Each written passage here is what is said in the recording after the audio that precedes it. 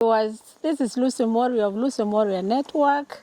Today we are right in the middle of the famous great Yatta Plateau. We are visiting Bishop Titus Masika, the founder of CIM Farm. And today we are here. We are so grateful to be here. Mr. Bishop Titus, Happy New Year. Happy New Year to you. We are so happy that I've been reading you, I've been hearing about you. The first time I heard about you was in my development class when I was doing my master's. Then I heard about the transformation leader in Kenya, a Kenyan. So today we are happy to be here. We said we must be here, visit. Thank you. Tell us your story, Mr. Thank you. My name is Bishop Titus Massika, the founder and director of Christian Impact Mission. Now, Christian Impact Mission is a faith-based organization whose vision is to bring holistic transformation. And it also seeks to answer social and economic challenges within our society. It focuses on issues that bedevil Africa, like food insecurity and lack of water, and the general poverty. So we address the social goals within communities. And so we began this program in Yatta to demonstrate Africa can feed itself, to demonstrate African communities can be self-reliant, self-sufficient, and self-sustaining. Bishop, before this, because my program is about retirement, aging, and all this. And retirement, usually, actually from the previous shows, we heard other speakers saying that retirement, there's nothing like retirement. It's just a transition from something else. And until now, like Bishop Massika of CIM Farm, we never heard about you. Did you have other careers? Tell us about your previous life before. Thank you. Yeah. Basically, I'm a teacher.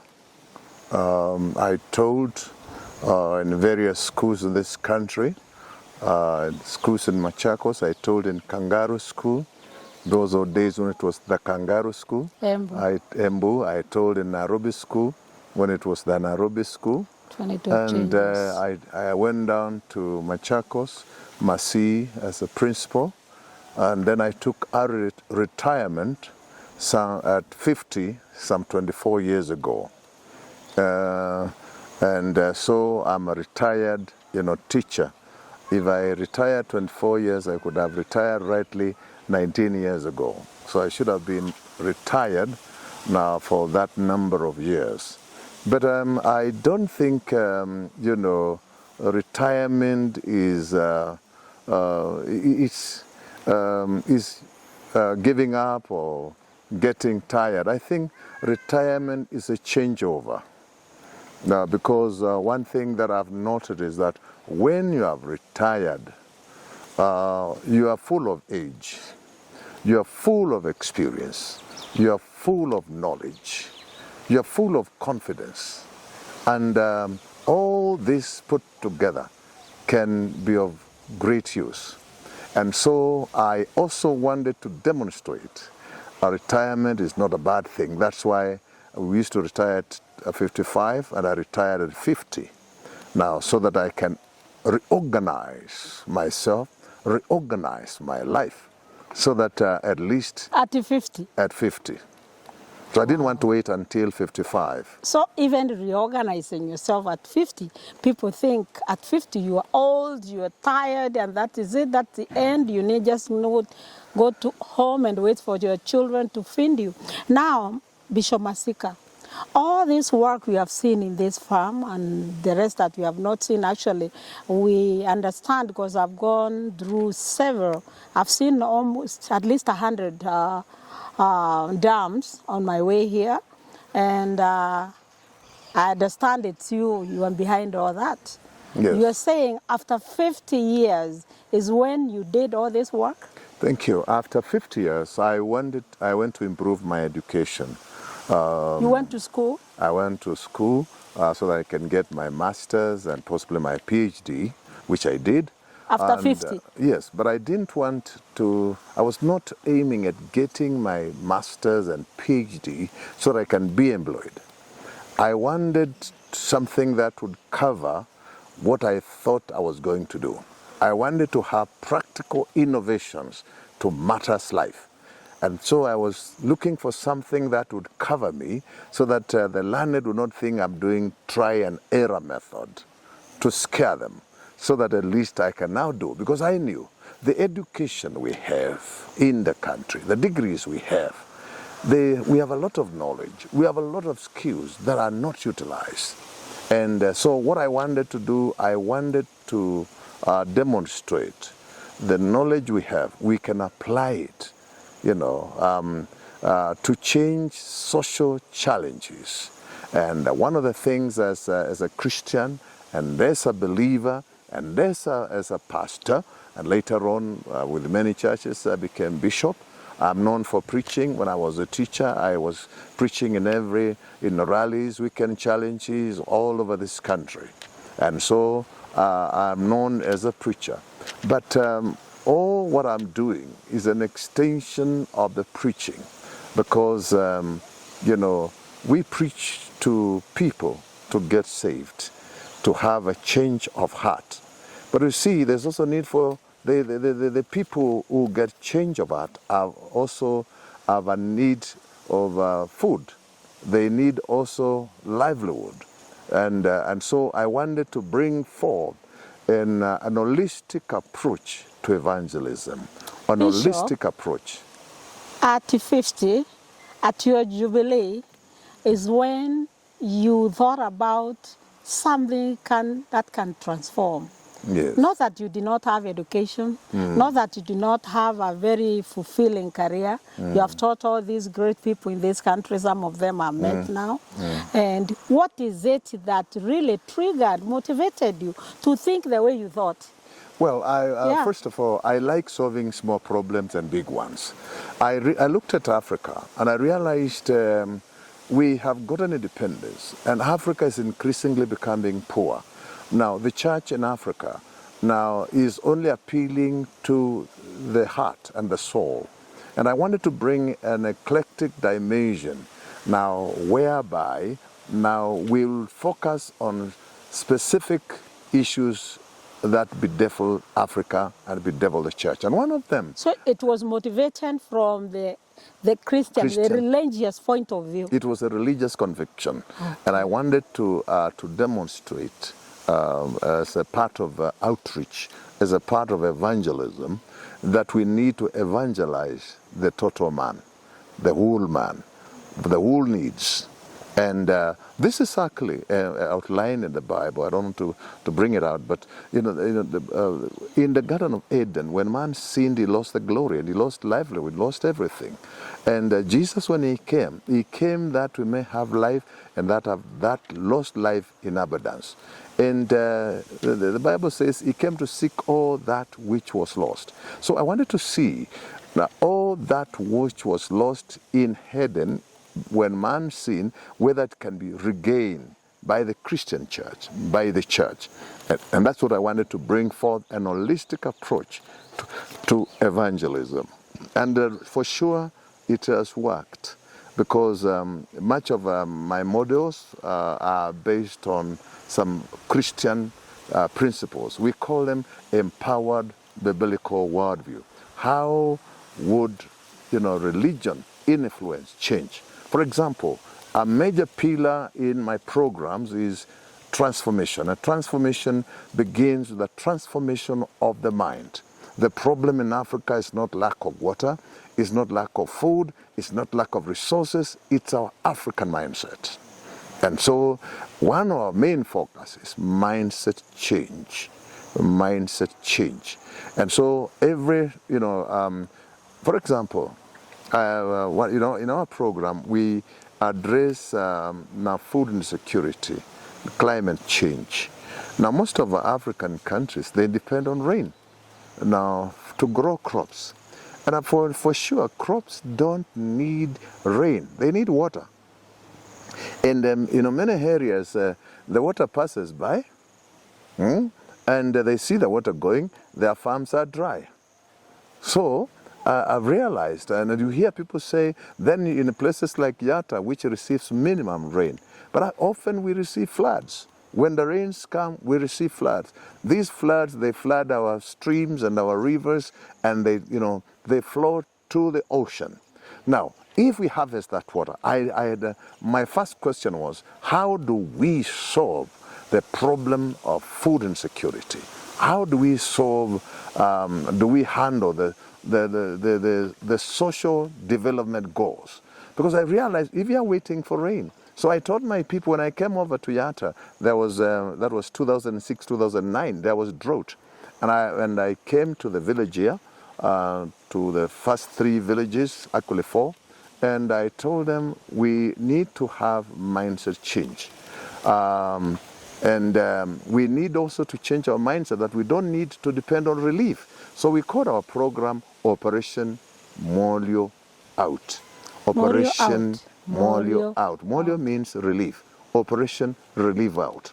I wanted to demonstrate that African, we can do without relief. And this endemic drought that comes is something everybody sees, but we all what we do in Africa, and our leaders in Africa, and our organizations in Africa, including United Nations and the Red Cross, is to give relief year in, year out. And so every time we are waiting after 3 years, we're waiting for another drought. But we don't have a solution. And I came up with an idea. A systematic problem needs a systematic solution. And so I began and said, okay, let's dig dams. And for the first year we did, now the community, the first 4 villages, sublocations, they did 1,300 water pans. The biggest human activity in the country. So in high school when you were teaching, all the schools you went through, what subject were you teaching? Literature, language. And you had nothing to do with agriculture? I had nothing to do with agriculture. But you see, all of us, we have a lot of knowledge, which we have not applied. Actually, I have more innovations in agriculture than in anything else. This is a vertical garden, organic vertical garden. This is aimed at providing the necessary vegetables, a combination of different vegetables, now necessary and sufficient for a family of 6. Now this can feed a family of 6, and every time you get for the day, tomorrow it will be ready. It's called a vertical farm. It's called a vertical, garden. Garden. It's a kitchen garden also. It has 6 stairs. 6 stairs. 1, 6 2, stairs. 3, 4, 5, 6. And you can plant different types. We have different vertical gardens here. So in case you're having one, you can plant different levels, different types of vegetables. Will it use the same water or? Same water. You pour water at the top. It goes to all of them. And goes all over. Wow. Wonderful. Come so and see it this. means even when you don't have big land, yes, you can still have a small garden for you. You can feed yourself and sell to your neighbors. And you say this one can feed 6 family, 6 people? A family of 6. Wow. And then look at another one here. Just capture this also. This is another one? Now this is another one. So this one looks like we are in Mumias. Yes, this is sugarcane. Sugarcane in the same arid area. Yatta means dry, and Yatta is the driest, one of the driest part in eastern region. And but we discovered that everything does well in hot areas, so long as there's manure and there's water. Now thinking through a problem and coming with a problem thought through, and you have a solution. For example, if you have you harvest water, you'll be able to you water your crops just the way you have seen. Now watering your crops, you'll be able to grow crops in season and out of season. And after you grow food crops, then you grow high-value crops for money. So now you have fought the food insecurity, and then you sort out also the poverty within the country. People create wealth, and you create jobs. And when we talk about Unemployment. And it's like jobs are created by government or by somebody.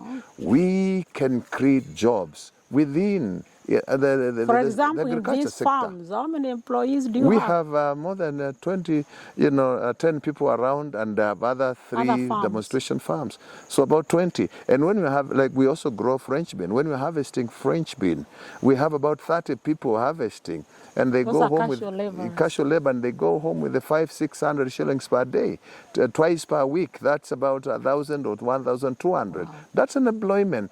That person can feed his family. True. And now that we are a number of farmers, we're also growing bullet chili. So every time you are not growing, you don't have enough water, you come and help harvest.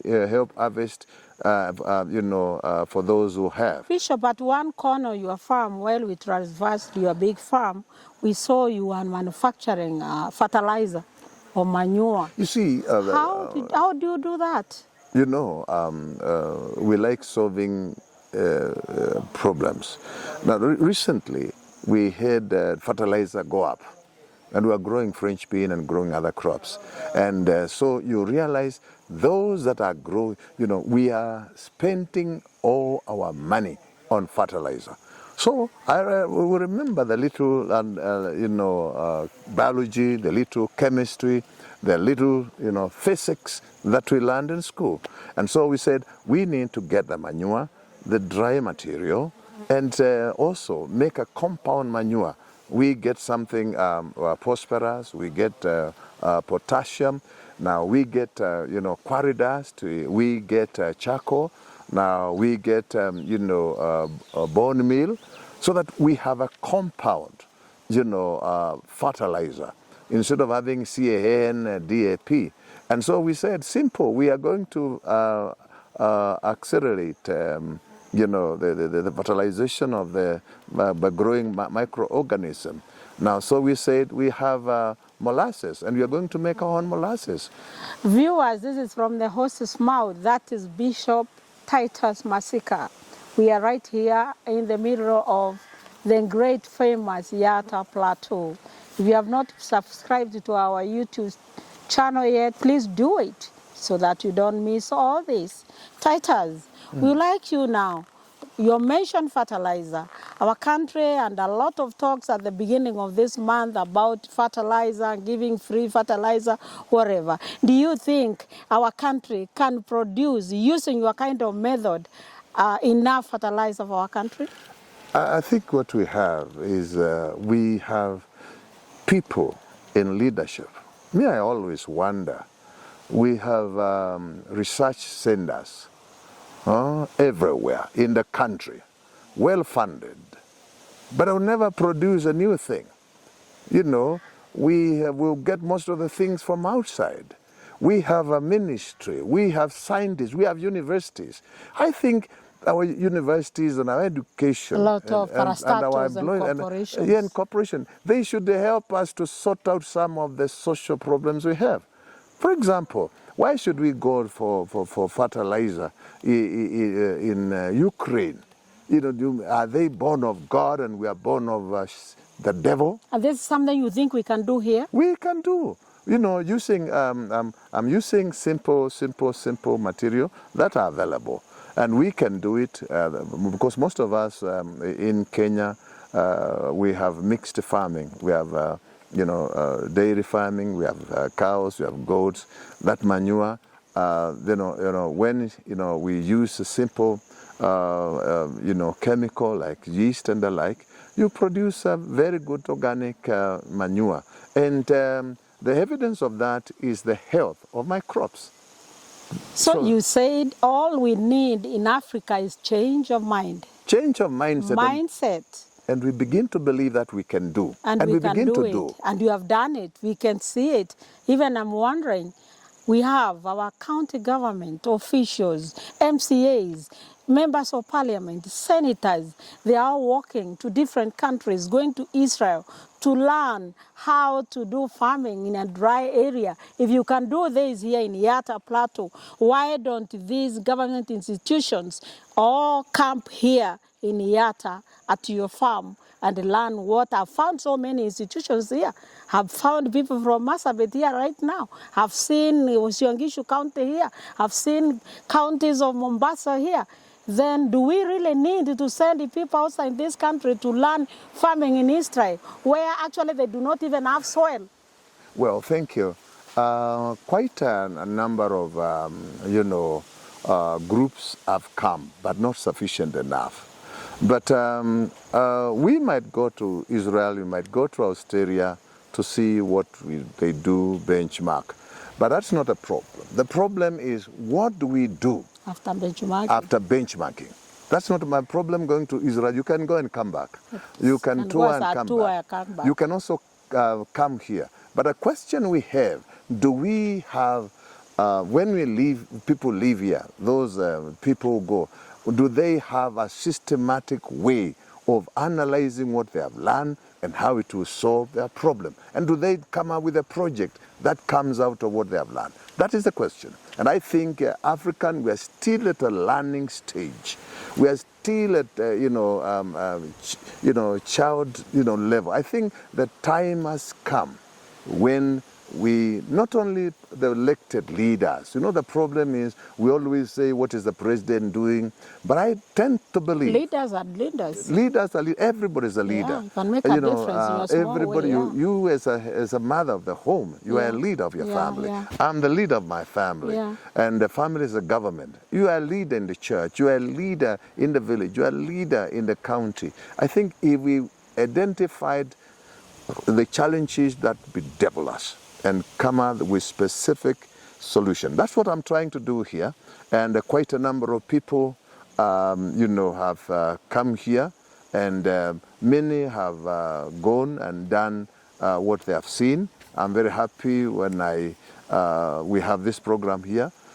We have also using the mindset change and alternative livelihood. Yeah. We have gone to Baringo, we have gone to West Pokot, and we need to go to all the dry areas, Kilifi and the like. When we see people dying of hunger, animals dying, this is awkward. I think we need to have a solution. And we cannot keep on relieving problems, having Panadol type of treatment to issues. I believe we can solve our problem. From the roots. From the root. And I believe, if you are a minister, come up with a solution. If you are, in charge of a research institution, bring out that research Come and up let with us something new. Something new, and package it. Let it put in the policy. Let it be put in the budget. That's we need that. In Africa, we are still at the bottom of the ladder, and we can change. And I'm happy. At least when I hear the government talking about the bottom up, I'm very happy, because this if followed, is the answer for Africa. Bishop, you are a bishop of churches, I'm sure, around the country, I don't know. Or is it Ukambani only? Where are your churches? Well, my churches are all over, even outside the country. Even outside the country? Even in the country. Wow. Which countries? We're in different countries. And but now I'm growing old. I'm handing over at my age. But, being a bishop is not a big, burden, especially when you have delegated. So at the same time, you have developed other leaders. I've developed other leaders, Yeah. and also in our Christian Impact mission, we have mine is to develop, to empower people, champion, to go and do what I'm doing. That's what I do: replication and duplication of leaders to go and do what I'm doing. Duplication of leaders, transformation, leadership right here in Kenya. We are not seeking from any knowledge from elsewhere, but from right here in Yatta. Bishop, I would like you to talk to Kenyans who are 40, 50, those who are waiting just to retire. Someone just says, I'm remaining with 3 years, I'm remaining with 1 year, then nothing next, I'm done. what would you tell them? Your life started at 50. Actually, I would say yes. Thank you. Yeah. There's nothing good as retirement, and there's nothing bad as a retirement. One of the problems, if you have not prepared for retirement, and preparation for retirement now should start early. Quite a number of organizations now bring their people here for training on preparation for retirement. You train on that too? On that one, we have courses on that. Okay. And also here we, and so we train. The tragedy I've seen is that the misconception is that it is those people who are about 57 who need to be trained on preparation for retirement. Preparation for retirement should start when one gets employed.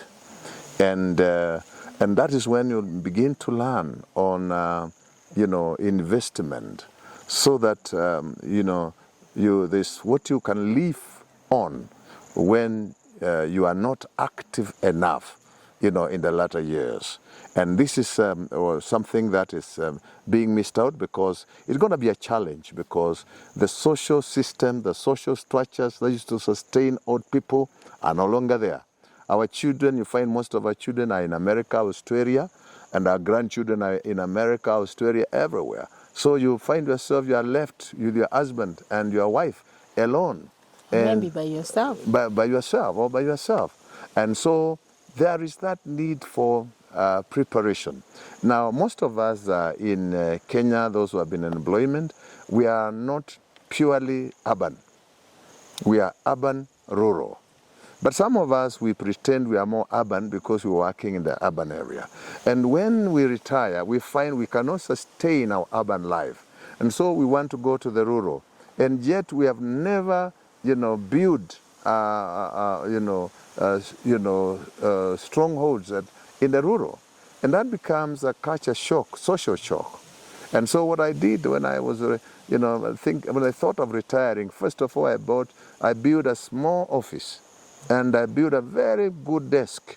And because in my office I used to have red carpet, I put red carpet in my place. So that when I go home, even if it's my neighbor meets me in the office, so that I can feel I have not lost. And then from there I began to think, I began to plan. And so I want to say, if you are, you are 30, not even 40, not 30, 40, 50, begin to prepare for retirement. Now, a house to live in, and possibly what to live on. Viewers, you have heard it all. It is, you prepare now. There's nothing like waiting to get prepared when you're 57. The retirement preparation starts from the day you are hired, or from the day you started doing anything for yourself. So prepare now. For the next episode, of which I think we'll do a continuation, you have to tell them the courses you offer here. We are going to do it in part 2 of Masika's farm, CIC. Thank you very much, Mr. Masika. Thank you too. God bless you. Thank you very much.